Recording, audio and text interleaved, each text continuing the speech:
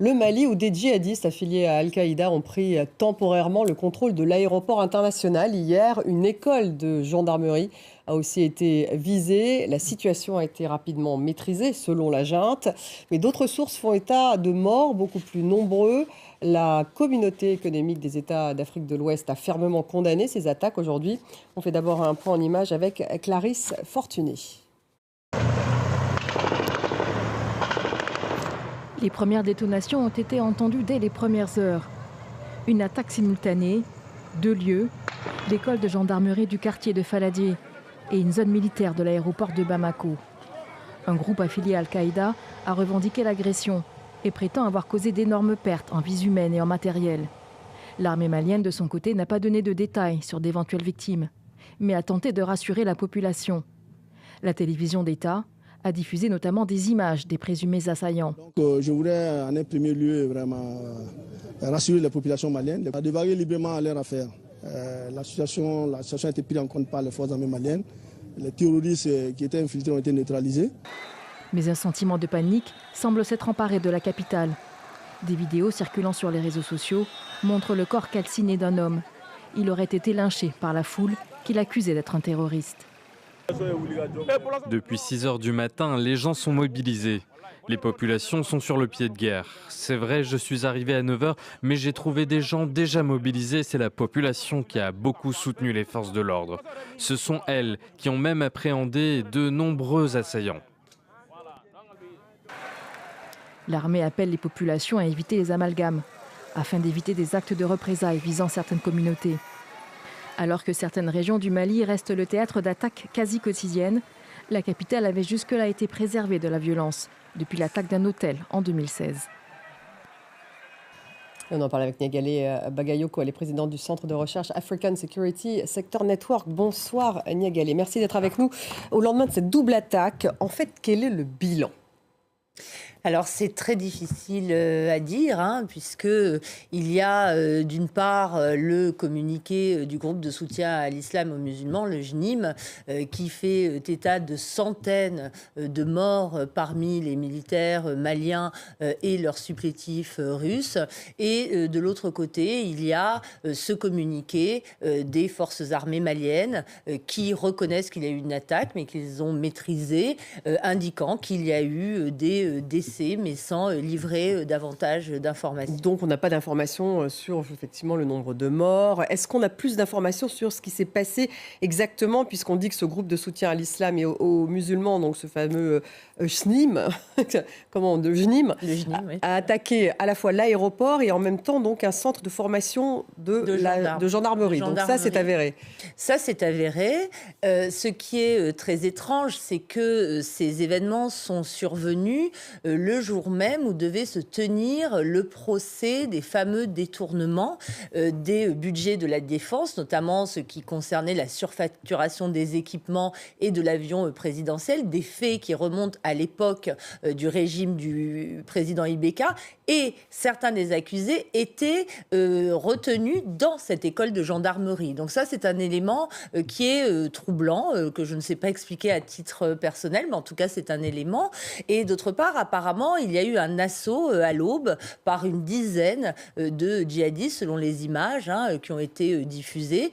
Et ensuite, il y aurait eu une incursion dans l'aéroport avec l'incendie d'un avion présidentiel, pas celui de l'époque, mais d'un autre avion présidentiel par des djihadistes qui auraient pu se promener dans une partie de l'aéroport de manière assez libre. Et quand on parle d'un lynchage, est-ce que la population...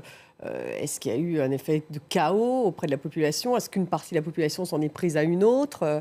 Oui, il y a eu ces images qui sont extrêmement choquantes d'un corps que l'on a incendié, immolé en réalité, avec une foule qui le prend en photo, etc. Des images d'une grande violence, ce qui dénote en effet forcément une fébrilité dans cette capitale où il n'y a pas eu d'attaque, en effet depuis 2016, mais c'était dans un hôtel qui s'appelle Le Camp, un peu à l'extérieur de Bamako, mais la principale attaque terroriste remonte à 2015.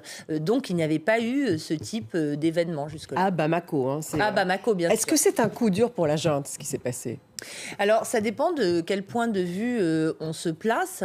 Lorsqu'on discute avec des personnes qui sont à Bamako, elles considèrent que cette attaque a été très limitée grâce à l'intervention des forces armées maliennes, auxquelles elles continuent à se fier. Mais ce qui apparaît d'un autre côté, c'est le fait que le JNIM, particulièrement, se rapproche du centre urbain de Bamako. Il y avait eu une attaque à Kati il y a 2 ans, donc à cette garnison militaire où se trouve le cœur du pouvoir du régime actuel.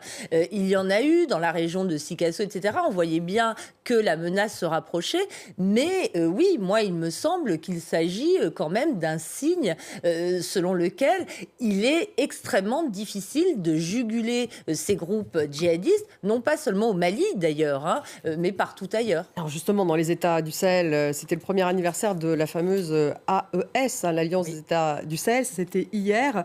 La junte, est-ce que les autres juntes risquent de se retrouver confrontées à ce type de situation dans les capitales ?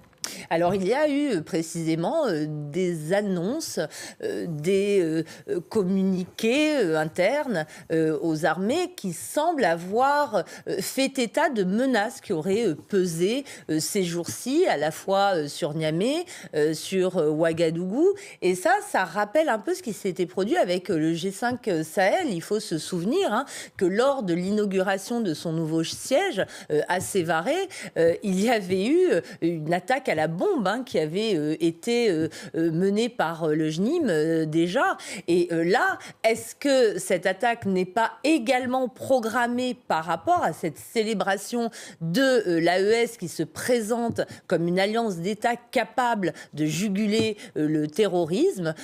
C'est une vraie question aussi. En tout cas, le JNIM progresse dans ces États du Sahel. Le JNIM progresse dans ces États du Sahel, dans les septentrions des pays côtiers également. Mais la difficulté, à mon avis, qui se pose aujourd'hui, c'est qu'il y a plusieurs fronts au Mali lui-même. Il y a celui de la lutte contre le terrorisme, mais il y a aussi la lutte contre les groupes armés qui ont des revendications autonomistes, qui sont d'ailleurs qualifiés eux aussi de terroristes par les autorités actuelles. Donc il y a plusieurs groupes en fait. Oui, mais certains ne sont pas djihadistes, c'est très important de le dire. Et récemment, il y a eu une bataille qui a fait énormément de morts dans le nord, à Tinzaouaten, avec des dizaines de disparus parmi non seulement les forces maliennes, mais aussi les supplétifs russes de celles-ci. La CEDEAO a condamné, ferme condamnation de ces attaques. On sait qu'elle avait rompu avec le Mali, en même temps avec le Burkina aussi, et avec le Niger. Est-ce que les relations avec la CEDEAO pourraient changer ? Alors, ce communiqué est l'un des rares que l'on a vu circuler après cette attaque. On en verra d'autres. Mais en tout cas, on voit très bien que la CEDEAO est très soucieuse de conserver des relations avec ces États qui ont fait état de leur décision irrévocable de la quitter au 1er janvier l'année prochaine. Donc, il s'agit sans doute, sinon d'une tentative de séduction, en tout cas d'une volonté de démontrer que l'organisation reste très préoccupée par ce qui se passe dans les pays du Sahel. Merci beaucoup Niagalé Bagayoko, présidente du Centre de recherche African Security Sector Network. Merci d'avoir été avec nous ce soir pour ce décryptage de ces opérations au Sahel et plus particulièrement au Mali. Merci à vous tous de nous avoir suivis. Restez avec nous, on va parler économie, on va parler du déficit public de la France. Ça sera avec Johanna Citruc. 19h10 le débat, on va revenir bien sûr sur ces explosions dans l'ensemble du Liban, de nouvelles explosions. Cette fois, il ne s'agit pas de beepers du Hezbollah, mais de talkie-walkie. Elles ont eu lieu en fin d'après-midi aujourd'hui.